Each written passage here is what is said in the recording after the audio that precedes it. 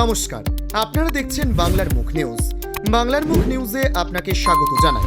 নিত্য নতুন খবর পেতে চোখ রাখুন আমাদের এই ছোট্ট ইউটিউব চ্যানেলে। ভালো লাগলে সাবস্ক্রাইব করবেন, লাইক করবেন ও শেয়ার করতে ভুলবেন না। খবরে থাকুন, সচেতন থাকুন। চমকে দেওয়ার মতো খবর পেতে সে সবটির সাথে থাকুন। সংসদে দাঁড়িয়ে যান, ওটা পাড়ার চায়ের দোকানে গিয়ে করুন, যান বিহারে গিয়ে করুন। বিহারে জিতেছেন তো, যেতেননি বিহারে? নাক কাটা গেছে, এখনো নাকে হাত বুলোচ্ছেন। তিনি বলেছিলেন এসআইআর করতে দেবো না। দেখছি তো এসআইআর তো তিনি করতে দিলেন না। এসআইআর এর কাজ 99% শেষ হয়ে গেছে গতকাল, আজকে হয়তো বাকিটা শেষ হয়ে যাবে। কি ক্ষমতা আছে তার, তিনি এসআইআর করতে দেবেন না? কেন এসআইআর কে গালাগাল করছেন সেই কথা চমৎকার উদাহরণ দিয়ে এর আগে বলে গিয়েছেন নিশিকান্ত দুবে। পরিষ্কার জানিয়ে দিয়েছেন যে আপনারা বাংলাদেশ থেকে যত সংখ্যক মুসলিম আমদানি করেছেন সীমান্ত পেরিয়ে, আমি তার সঙ্গে জুড়ব প্রায় 432 কিলোমিটার এলাকায় আপনারা জমিয়ে দেননি, যেখানে কাঁটা তার বসানো যেত। সেখান দিয়ে একের পর এক বাংলাদেশিকে ঢুকিয়েছেন। এখানে নকল ভোটার কার্ড, আধার কার্ড, রেশন কার্ড, যা যা কার্ড হয় সব ছেপেছেন। ছেপে তাদেরকে নাগরিক বলে প্রতিপন্ন করার চেষ্টা করেছেন।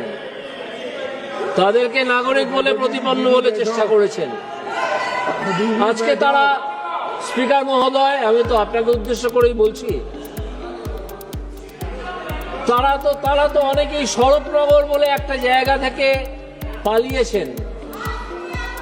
স্বরূপনগর থেকে পালিয়ে চলে গেছেন, যেখান থেকে এসেছিলেন সেখানে আরো পালাচ্ছেন। গতকাল পর্যন্ত ফর্ম ফেরত না আসার সংখ্যাটা দাঁড়িয়েছে প্রায় 60 লক্ষ। আজকে তো এটা আরো বাড়বে, আপনারা এমন এসআইআর করলেন কিছু ভোট কেন্দ্রে, যে 408খানা ভোট কেন্দ্রকে বলা হতে লাগলো অমৃত ভোট কেন্দ্র, যেখানে জন্মালে নাকি আর মারা যায় না। যেই একজন আইএএস অফিসার জ্ঞানেশ কুমার সেখানে পাঠালেন, বা ইলেকশন কমিশন সেখানে পাঠালেন, সেটা ধাপে ধাপে কমতে লাগলো, কমে দাঁড়ালো 2। কার এলাকায় সবচেয়ে বেশি এই ধরনের ভোট কেন্দ্র ছিল? যে ভদ্রলোকের এলাকায় ছিল তিনি এই সংসদের সদস্য, তিনি 7.5 লাখ ভোটে জিতেছিলেন।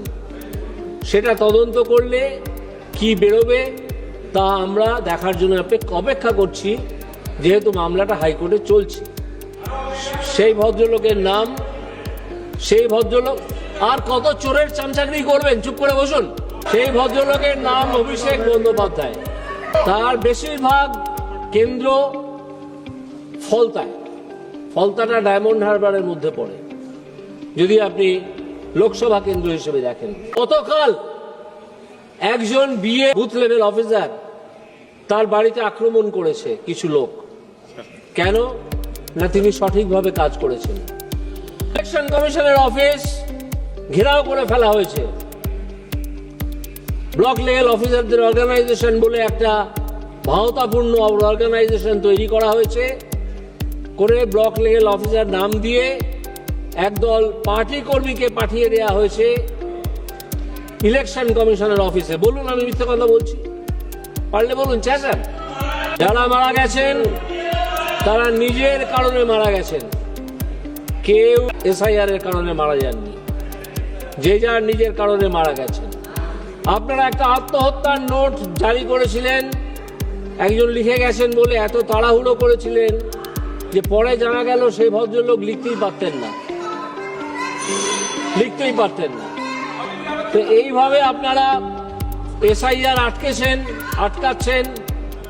ফল কি হয়েছে সেটা আপনারা জেনে রাখুন। ফল যেটা হয়েছে সেটা হচ্ছে গতকাল সুপ্রিম কোর্টে ইলেকশন কমিশনের আইনজীবীকে বলতে বাধ্য করেছেন আপনারা যে আমরা কেন্দ্রীয় বাহিনীর সাহায্য নিতে পারি, এখনো যে কাজ বাকি আছে সেটার জন্য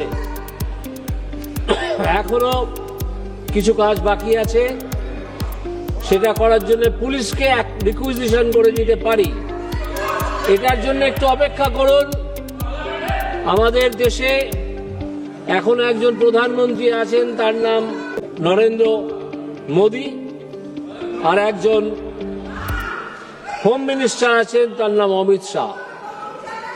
তাদের নাম শুনলেই আপনারা কাঁপতে শুরু করেন, নাম শুনলেই কাঁপতে শুরু করেন। Please conclude. তো এই অবস্থায় এসআইআর পশ্চিমবঙ্গে চলছে। আমি এইখানে আবেদন করব যে এই পশ্চিমবঙ্গে এই মুহূর্তে ইলেকশন কমিশনের উচিত কেন্দ্রীয় বাহিনী নামানো, না হলে বাকি কাজটুকু হবে না। Thank you honourable member, thank you.